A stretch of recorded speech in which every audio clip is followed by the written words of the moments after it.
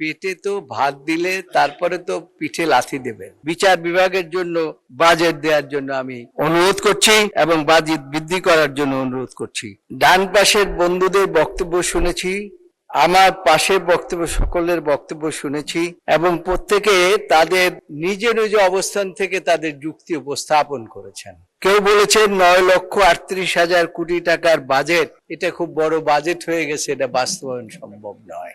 এই বাজেট বাস্তবায়ন শুরু হয়ে গেছে তখনই যখন আমাদের মাননীয় প্রধানমন্ত্রী, সংসদ নেতা, গণমানুষের নেতা যখন দুটি বন্ধুপ্রতিম দেশ মালয়েশিয়া এবং ভারত সফরে গিয়েছেন এবং ফিরে এসে বিবৃতি দিয়েছেন।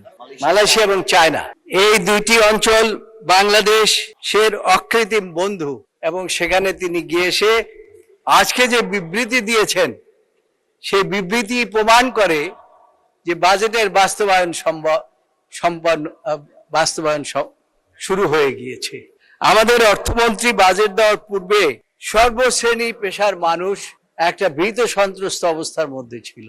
তাদের ধারণা ছিল গত 54 বছর যেভাবে বাজেট হয়েছে এইবারও বোধহয় সেই রকমই বাজেট হবে। ক্রাঞ্চি রোলের ভিতর চকলেট ক্রিমের ফিলিং, অল টাইম ক্রিম রোল, মুখে দিতেই স্পেশাল ইনসাইড। বিচার বিভাগ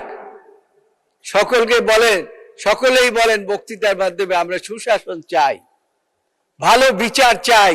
পেটে তো ভাত দিলে তারপরে তো পিঠে লাথি দেবেন। ভাত দেবেন না, লাথি মারবেন, এটা তো হয় না। 20 কোটি লোকের দেশ, দেশের সর্বোচ্চ আদালতে মাত্র 70 জন বিচারপতি কাজ করছেন।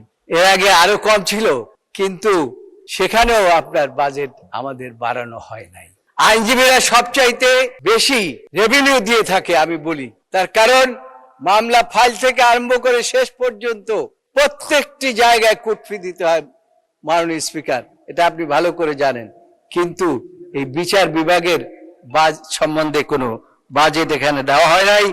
আমি মাননীয় অর্থমন্ত্রীকে বিচার বিভাগের জন্য বাজেট দেওয়ার জন্য আমি অনুরোধ করছি এবং বাজেট বৃদ্ধি করার জন্য অনুরোধ করছি। মাননীয় স্পিকার, ওই বাংলাদেশে বলা হয় যে কোন জেলায় কোন ট্রেন নাই, দুই বন্ধু ট্রেনে করে চিটাং যাবে। এখন এক বন্ধু আরেক বন্ধুরে বলতেছে, ও ভাই আইলাম তো লঞ্চে করে সিঁড়ি দিয়ে, এখন তো যে যায় আর আসে কোনো সিঁড়ি তো ফেলে না। এই অবস্থা হয়েছে আমাদের এলাকার, কিন্তু আমাদের এলাকায় কোনো ট্রেনের ব্যবস্থা নাই। আমরা ভেবেছিলাম পদ্মা সেতু হওয়ার পরে একটা ট্রেনের ব্যবস্থা হবে, ওই পর্যন্ত মোটামুটি গিয়েছে লাইন, কিন্তু এরপরে কোনো ট্রেনের ব্যবস্থা নাই। আমি মাননীয় অর্থমন্ত্রীকে বলবো যে আমাদের অঞ্চলে, বরিশাল অঞ্চলে এক ট্রেনের ব্যবস্থা করা হোক। আর বিশেষ করে বরিশাল বিভাগটা হচ্ছে 200 বছরের বেশি পুরানো বিভাগ। এই বিভাগে একটা আদালত আছে, আদালতের ভবনের বয়স হয়েছে 150 বছর। ধন্যবাদ মাননীয় সদস্য। আলোচনায় অংশগ্রহণ করবেন গোপালগঞ্জ 1 আসন থেকে নির্বাচিত মাননীয়